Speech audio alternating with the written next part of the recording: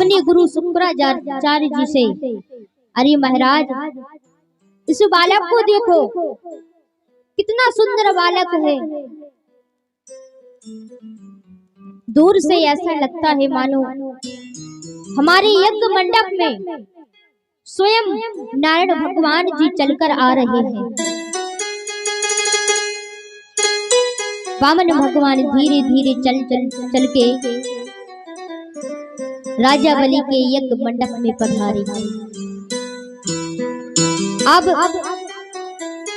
वामन भगवान अपनी माला कर रहे हैं। राजा बलि ने वामन भगवान के चरणों में प्रणाम किया और कहने लगे, अरे महाराज कहां से आए हो, क्या नाम है? वामन भगवान कुछ नहीं बोलते। राजा बलि ने कहा, आप कुछ बोलिए, बताइए आप कहां से आए, किसके पुत्र हैं? और मैं आपके ऊपर इतना प्रसन्न हो गया कि जो कुछ भी आज मेरा है वो सब कुछ मैं तुम्हें दे दूं। वामन भगवान ने कुछ नहीं कहा। राजा बलि ने कहा अपने गुरु शुक्राचार्य से, गुरुजी यह बोलते क्यों नहीं? शुक्राचार्य ने कहा, तुम्हें पता नहीं है, इनका जाप चल रहा है, माला कर रहे हैं और जाप करते समय बोला नहीं जाता। इतना सुनते ही राजा बलि और प्रसन्न हो गए। बोले, महाराज आप कुछ बोलिए तो सही, मुझे आपको ऐसा लगता है कि आपको सब कुछ दे दे, सिर्फ आप बोलिए तो। आप कहें तो सोना दे दे, चांदी दे दे, आप कहें तो आपका विवाह करवा दे, कुछ तो बोलिए।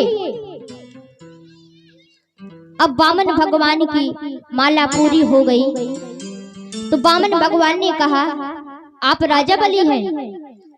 बोले, हाँ मेरा नाम राजा बलि है। बोले, अच्छा जो आपके बाबा हैं प्रहलाद जी बहुत बड़े दानी थे, आपके पर बाबा हिरण्यकश्यप भी बहुत बड़े दानी थे, आपके पिता बड़े दानी थे, आपका भी नाम सुना है। बोले, हाँ महाराज आप एक बार बोलिए तो सही, मैं सब कुछ आपको दे दूंगा। वामन भगवान ने कहा, मुझे कुछ नहीं चाहिए। बोले, कुछ तो लीजिए। बोले, हम किसी से कभी भी लेते ही नहीं हैं, और अगर आपसे कुछ ले तो मेरा नियम भी गड़बड़ हो जाएगा। हम अकेले हैं, अगर वर्षा हो जाती है तो हम अपना छाता लगा लेते हैं, पानी पीने के लिए हमारे पास कमंडलू है, भोजन करने के लिए भिक्षा पात्र है, और कुछ नहीं चाहिए। राजा बलि ने कहा, अगर आप कहें तो आपका विवाह करवा दें। वामन भगवान बोले, अरे मुझे विवाह नहीं करना, विवाह करके बाद में रोना पड़ता है। राजा बलि कहने लगे, महाराज रोना क्यों पड़ता, गृहस्थ जीवन है, अच्छा है। वामन भगवान ने कहा, ठीक है, अगर आप मेरा विवाह करवा देंगे तो हम दो हो जाएंगे, तो हम कहां पर रहेंगे? राजा बलि ने कहा, आपके लिए स्वर्ण का महल आपको दान में दे देंगे। बोले ठीक है। अब वामन भगवान बोले अगर विवाह करेंगे तो बच्चे भी होंगे।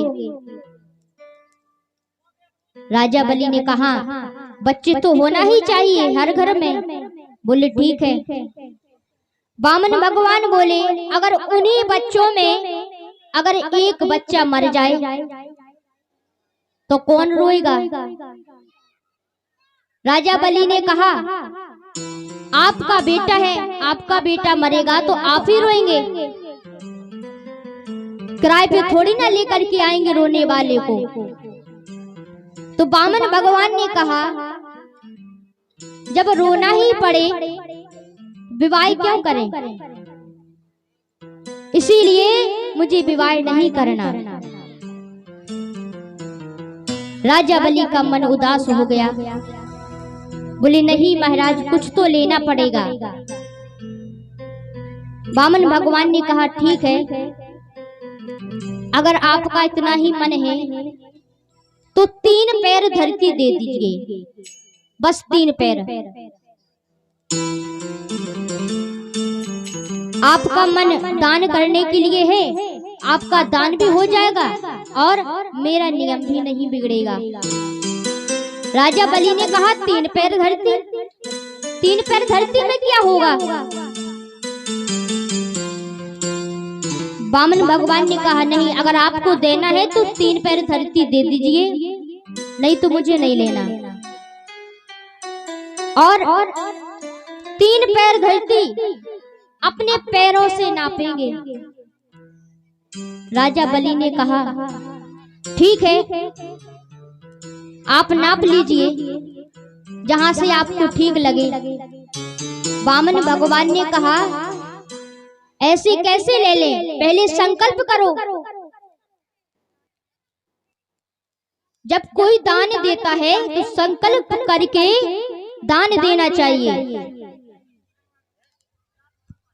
श्री राधे, अब अभी तक चौथे दिन के जन्मोत्सव के और अभी तक दान दाताओं में सर्वश्रेष्ठ दान देने वाले हमारे गांव के दानी पुरुष श्री राजेश जी खटीक, जिन्होंने 5100 रुपए श्रीमद् भागवत ज्ञान यज्ञ में आहुति स्वरूप दान किए हैं, उनसे हम आग्रह करते हैं कि मैया का आशीर्वाद लेने मंच पर आए। श्री राजेश खटीक जी कोटेदार, कई बार उनका नाम बुलाया जा चुका है, राजेश खटीक कोटेदार। सभी लोग एक बार 5100 वाले के लिए दमदार तालियां बजाएं। ऐसे दानदातार अगर आप लोग जितना सामर्थ्य होता है उतना करता है, लेकिन जो ज्यादा कर जाए तो उसके तालियों से मन पर उड़ाना चाहिए, ताकि भंडारे में राजेश जी 5 टीन तेल और दे दें। बजा दो तालियां राधे राधे बोल के।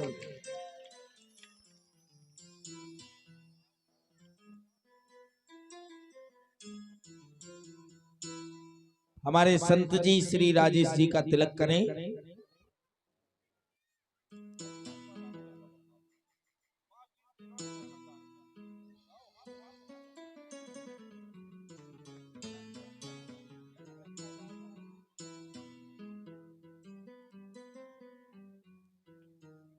अब हमारे कोटेदार जी 2 शब्द आप सभी से व्यक्त करना चाहते हैं। श्री राजेश जी खटीक कोटेदार अभी तक के सबसे बड़े दानदाता हैं, 5100 रुपए।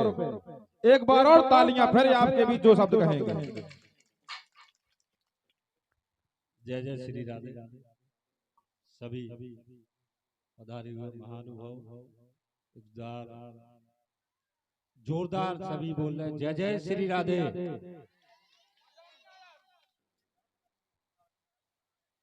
फिलहाल हम तो ये जानते हैं सभी जनता जनार्दन ग्राम पंचायत के लोगों के चरणों में नमन करते हैं। हमारा इतना सामर्थ्य नहीं है कि हम आपके समक्ष इतना कुछ बोल सकें।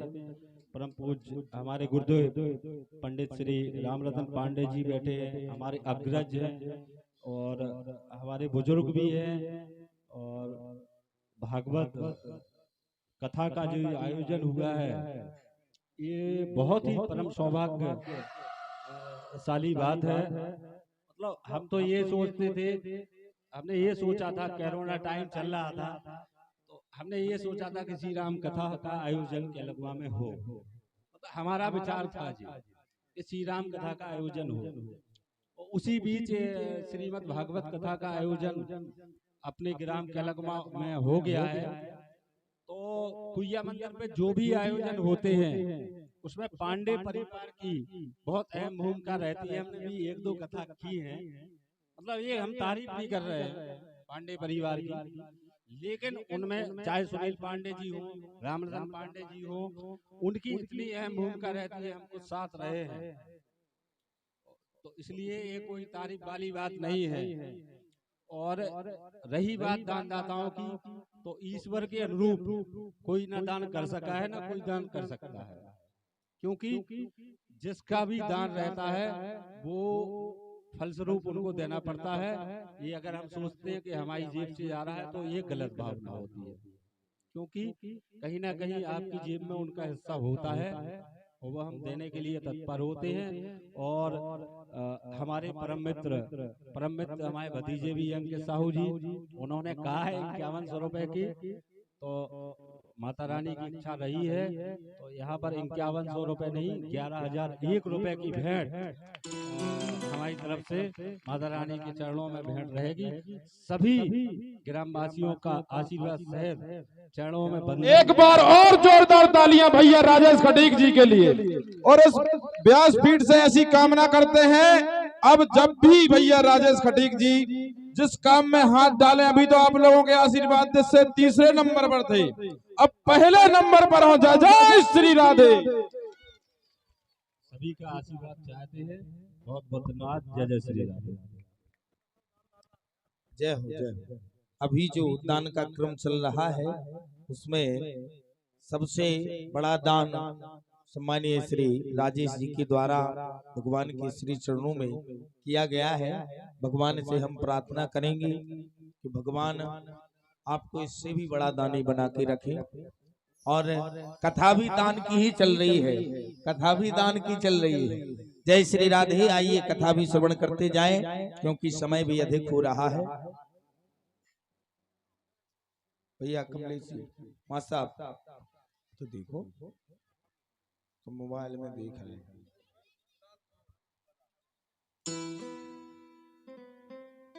बोलिए बामन भगवान की जय हो। तो बामन भगवान कहते हैं, अगर दान देना है तो पहले संकल्प करो। अब इतनी बात को सुनकर के शुक्राचार्य ने सोचा, श्री राधे। एक और ऐसी प्रेरणा 11-11 हजार देने वालों से लोग लेते रहते हैं। हमारे ग्राम के श्री लाले अहरवार रैदास जी की ओर से 1500 रुपए का दान भागवत की व्यवस्था हेतु प्रदान किया गया है। हम भागवत व्यास विराजी देवी जी से ऐसे ही कामना करते हैं कि उनका आशीर्वाद उनके परिवार पर सदैव बना रहे। एक बार जोरदार तालियां। और ऐसे ही दान दातार पीछे ना रहें, एक से बढ़ के एक केलगवा में है। देवी जी रात के कह रही थी कोई पैसा नहीं दे रहा, अब देखो पैसा कैसे बरसे।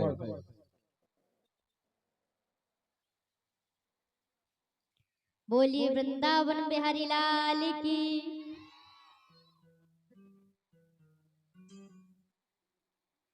संकल्प की बात सुनकर के शुक्राचार्य जी ने सोचा, ये छोटा सा बालक, ये कोई साधारण बालक नहीं है। शुक्राचार्य ने राजा बलि का हाथ पकड़ करके थोड़ी दूर पर ले गए और कहा, राजा बलि, इन महाराज जी से कहो कि यहाँ से चले जाएं, संकल्प मत करो, क्योंकि अगर तुम संकल्प करोगे 3 पैर धरती का और कहीं यह भगवान निकले तो जो कुछ भी तुम्हारे पास है सारा ले जाएंगे। राजा बलि ने कहा, अगर यह भगवान है तो यह तो सौभाग्य की बात है, और अगर भगवान नहीं होंगे तो यह छोटा सा बालक 3 पैर धरती नाप लेगा। अब राजा बलि संकल्प करते हैं, जैसे ही कमंडलू से हाथ में जल लेने के लिए कमंडलू को हाथ पर जल डाला तो शुक्राचार्य जी ने छोटा सा रूप लेकर के कमंडलू के छिद्र में विराजमान हो गए, क्योंकि वो संकल्प नहीं करने दे रहे थे। बड़ा छलिया है ये सावरा सलोना, कहीं ना छल कर जाए। बड़ा छलिया है ये सावरा सलोना, कहीं ना छल कर जाए।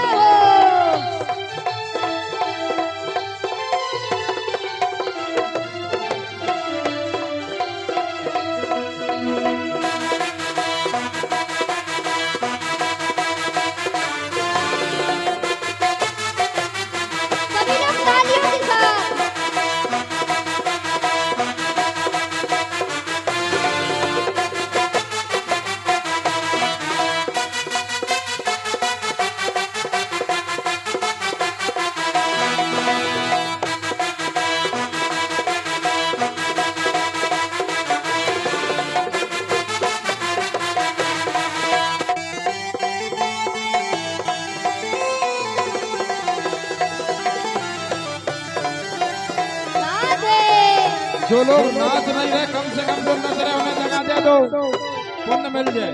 साइड कर दो, थोड़ी सी साइड बच्चियों को नाचने के लिए कृपा प्रदान करें, थोड़ा साइड में हो जाए। छाता लगाया इसने, कमंडल मंगाया है, राजा बलि के दर पे छल करने आया है। छाता लगाया इसने, कमंडल मंगाया है, राजा बलि के दर पे छल करने आया है। कहीं करना डाले हो, कहीं करना डाले ये जादू टोना, कहीं ना छल कर जाए। बड़ा छलिया है ये सावरा सलोना, कहीं ना छल कर जाए।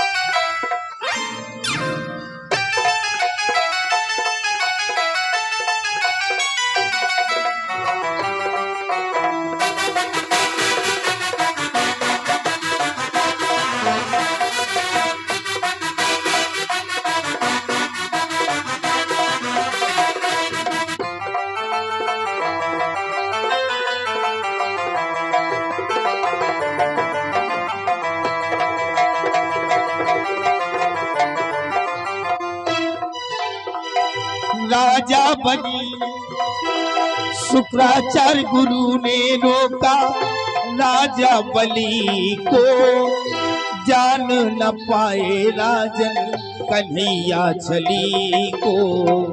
जान न पाए राजन कन्हैया छली को। ओ जान न पाए राजन कन्हैया छली को। मांग जाना तीन पग को ना कहीं ना चल कर जाए। बड़ा छलिया है साबुना सलोना कहीं ना चल कर जाए।